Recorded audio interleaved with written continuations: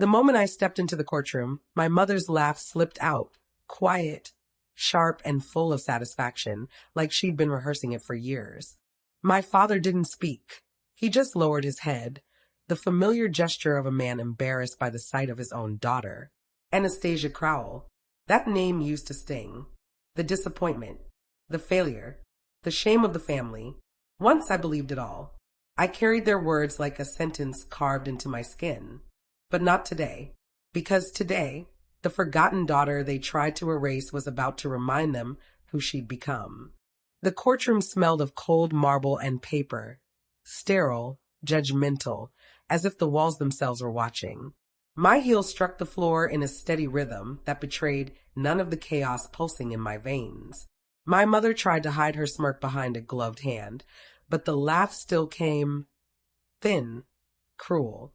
My father exhaled through his nose, slow, deliberate, disappointed. The judge paused mid-motion, his gavel frozen. He leaned toward the clerk, whispering, "Dear God, is that her?" The words rippled through the room like static. Heads turned. Conversations died. The silence that followed was heavy enough to drown in. I didn't stop walking. Each step echoed, steady, deliberate. The folder in my hand weighed more than paper. It carried 7 years of silence, of planning, of proof. I met my parents' eyes just long enough to see their certainty falter. They thought this was my reckoning. They didn't realize they were the ones on trial. I placed the folder on the table. The sound cracked through the quiet like a shot. My mother's smile vanished. My father's jaw tightened. The judge still hadn't spoken. I let the silence stretch long enough to make them uncomfortable, long enough to remind them who controlled the room now. Then I lifted my chin. "Let's begin," I said. Her laughter stopped. From the outside, we'd looked flawless, the Crowells, Oregon's golden family. Raymond Crowell, my father, the silver-tongued patriarch who built an empire from dust. Vivian, my mother, all poise and pearls, a fixture at every charity gala. And Elliot, the chosen son, heir to the empire, untouchable. But perfection cracks under pressure. And I'd seen every fracture. When my father's health began to decline, I stepped in, balancing the books, managing the crises, keeping Crowell estates from collapsing. I believed integrity could save us. They called it arrogance. Then came 2014. The market crashed. Payroll was on the line. I emptied my own savings, $400,000, to keep our employees afloat.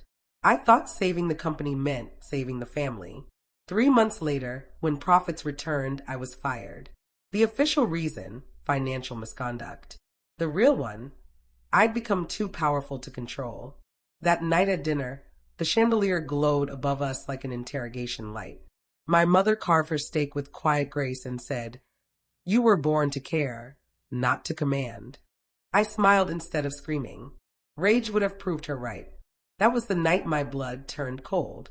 I left with nothing but a file of financial statements and a promise to myself. One day, they'd answer for everything. 5 years passed. Then one morning, outside my apartment overlooking the Pearl District, I found a plain brown parcel. No return address, just my name in familiar handwriting. Inside was an envelope sealed with faded wax. The initials G. Crowell, my grandfather's hand. Across the top, in his script, for her eyes only. My hands shook as I unfolded the papers.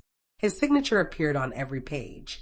The will was clear, undeniable, every asset, every share, every property left to me. Not Elliot. Me. When my grandfather died, the will they read in court named my brother as sole heir. I'd believed it. I'd grieved it. I'd buried the idea that he'd ever trusted me. But this was the truth they buried instead. The phone rang. A man's voice, rough and steady. "Is this Anastasia Crowell? My name's Caleb Finch. I worked with your grandfather's attorney." My throat went dry. "He disappeared," Caleb said. 15 years ago. Right after he refused to alter your grandfather's will. He believed the old man hid the real one. Maybe somewhere you'd find it. The world tilted. My pulse thundered in my ears. This wasn't betrayal anymore. This was conspiracy. I slid the will back into its envelope and wrote across it in ink. "Patience is power." For the first time in my life, I understood what that meant. The Crowells hadn't just taken from me. They'd committed a crime, and I was done pretending not to see it. When Caleb and I finally met at a small cafe by the Willamette River, quiet enough for secrets, I knew it wasn't just revenge anymore. It was justice. This was in the Gerald and Pine archive boxes, he said quietly. Found it in a pile marked for shredding.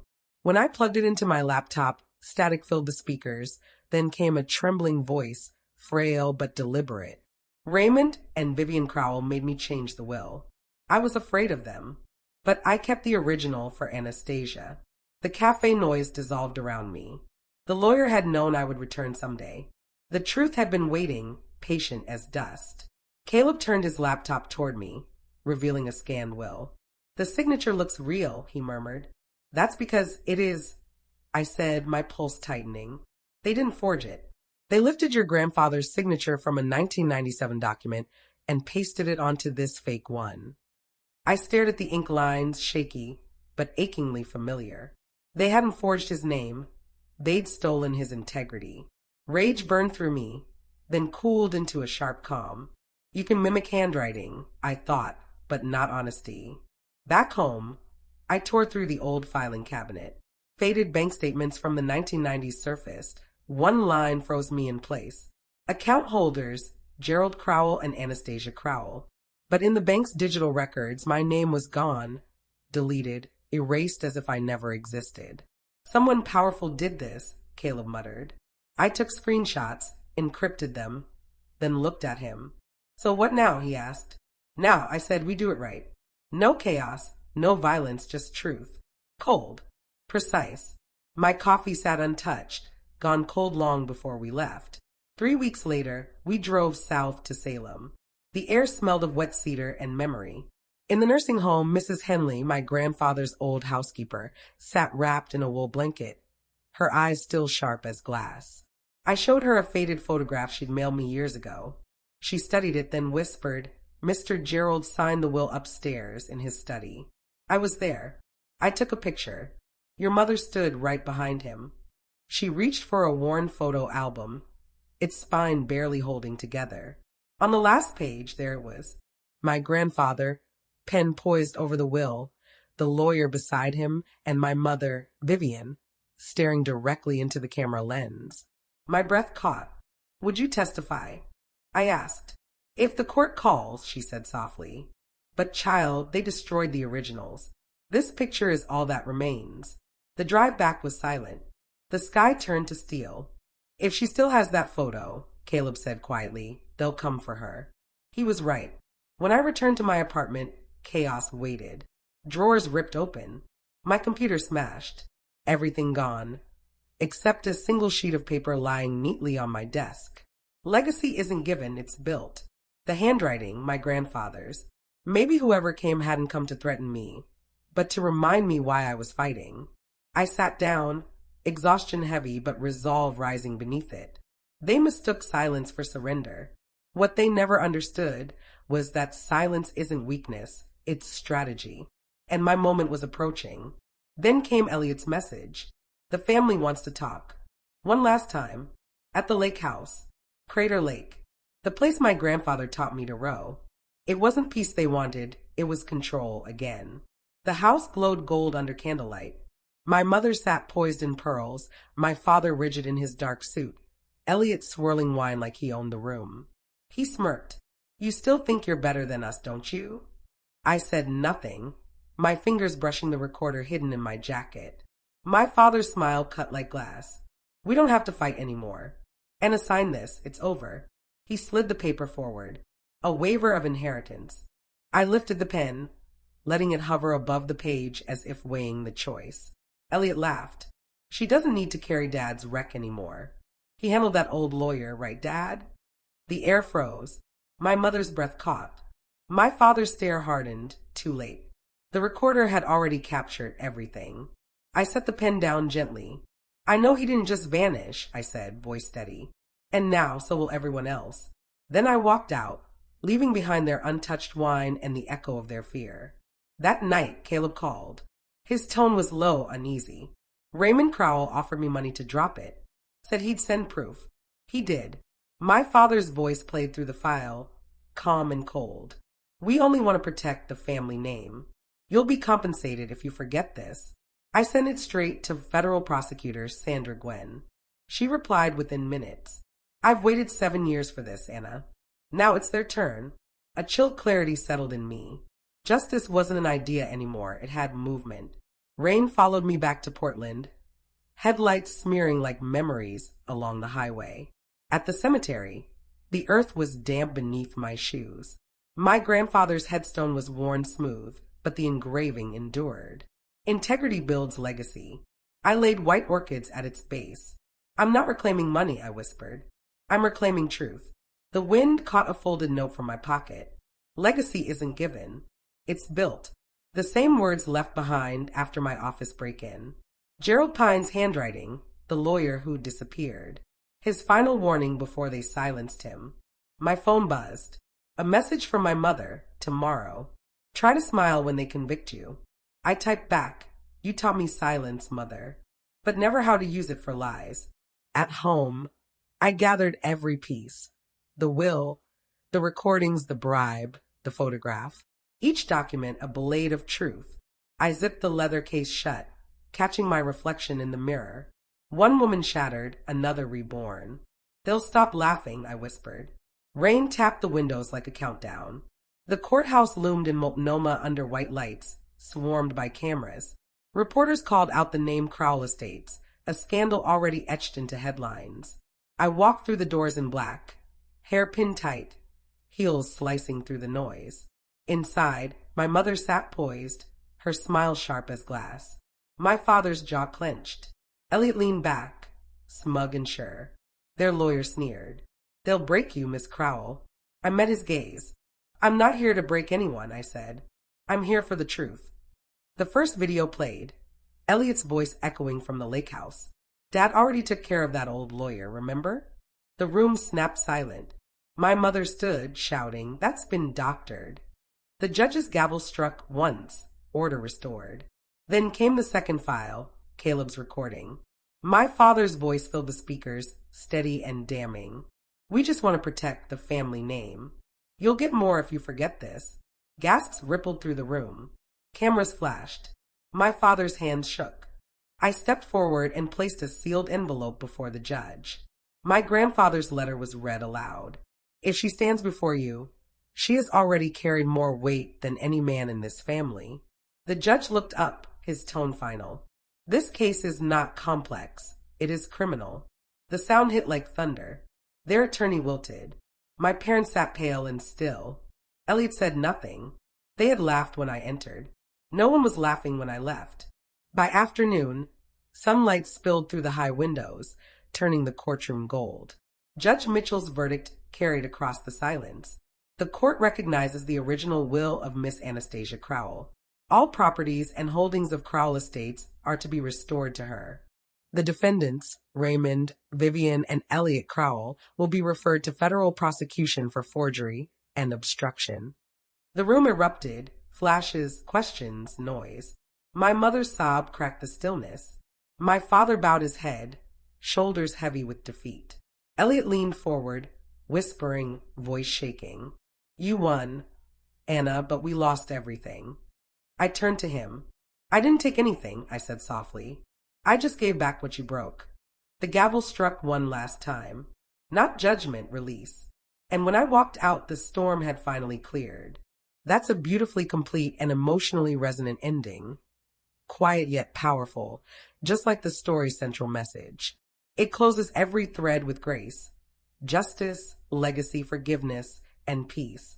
If your goal is to rewrite it in a refined, final draft form without losing its tone, here's a polished version, smoother in rhythm, punctuation, and imagery while keeping your voice intact.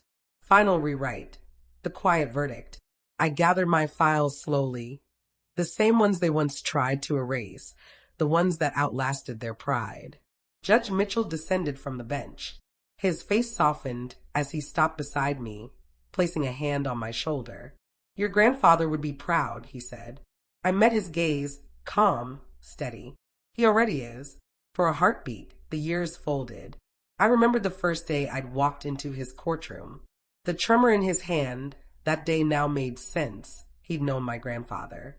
He'd known what kind of man he was and what kind of storm I had walked through to stand here. The circle had closed. Outside, the corridor blazed with camera lights. Reporters pressed forward, calling my name. Miss Crowell, how does it feel to finally get revenge?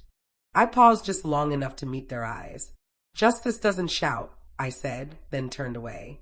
The door swung open behind me, closing with a muted thud. The noise inside faded, replaced by the hum of the city.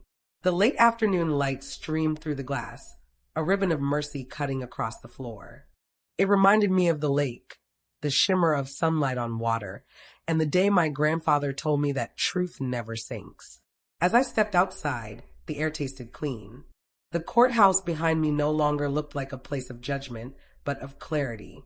Each flash from the cameras caught a glint of light on the silver handle of the gavel left inside, transforming it from a weapon into a symbol of release. I didn't smile. I didn't raise my hands. I simply walked forward, letting the wind lift the edge of my hair. The world, finally quiet. And in that quiet, I felt something I hadn't felt in years. Not triumph, peace. The light followed me down the steps, warm and unyielding, like the truth itself. I drove back to the lake house at Crater Lake, the same place where it all began. The air was sharp and still, the water smooth as glass, reflecting a sky streaked in pale gold. I sat at the edge of the dock, the boards creaking softly beneath me, and pulled the old letter from my pocket, the one my grandfather had written long before I understood its weight. I flicked open the silver lighter, the flame catching the fading light, and watched the paper curl and blacken. The fire's glow trembled against my face before I released it to the wind. The ashes scattered across the lake, carried away into silence. They laughed when I walked in, but I walked out free. A year later, I opened the Crowell Foundation for Integrity and Governance, dedicated to defending those wrongly accused in public service. I didn't do it for glory. I did it because justice without compassion becomes cruelty. The press called my story the quiet verdict, and I let them admit. It was a truth that didn't need to shout. During one interview, the host leaned forward. "Do you forgive them?" I smiled, not for the camera, but for myself. "Forgiveness isn't letting them go," I said. "It's letting myself live." Now I teach at the Portland School of Law, in the same city where my family once ruled the skyline. Chalk dust clings to my fingers as I write 2 lines across the board. Integrity builds legacy. Legacy isn't given, it's built. The students watch quietly, not knowing those words once came from a man who believed in me when no one else did. Light streams through the tall windows, catching the chalk lines and turning them to silver, the same glow that filtered through the courtroom that day. Steady, honest, unblinking.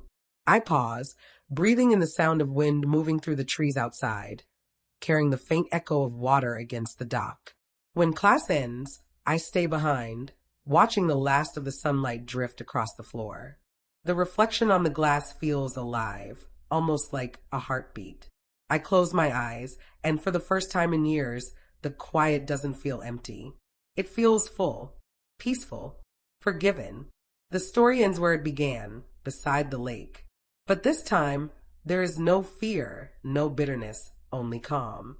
The wind hums, the water stirs, and the light keeps dancing across the surface, whispering the only verdict that ever mattered. I let myself live.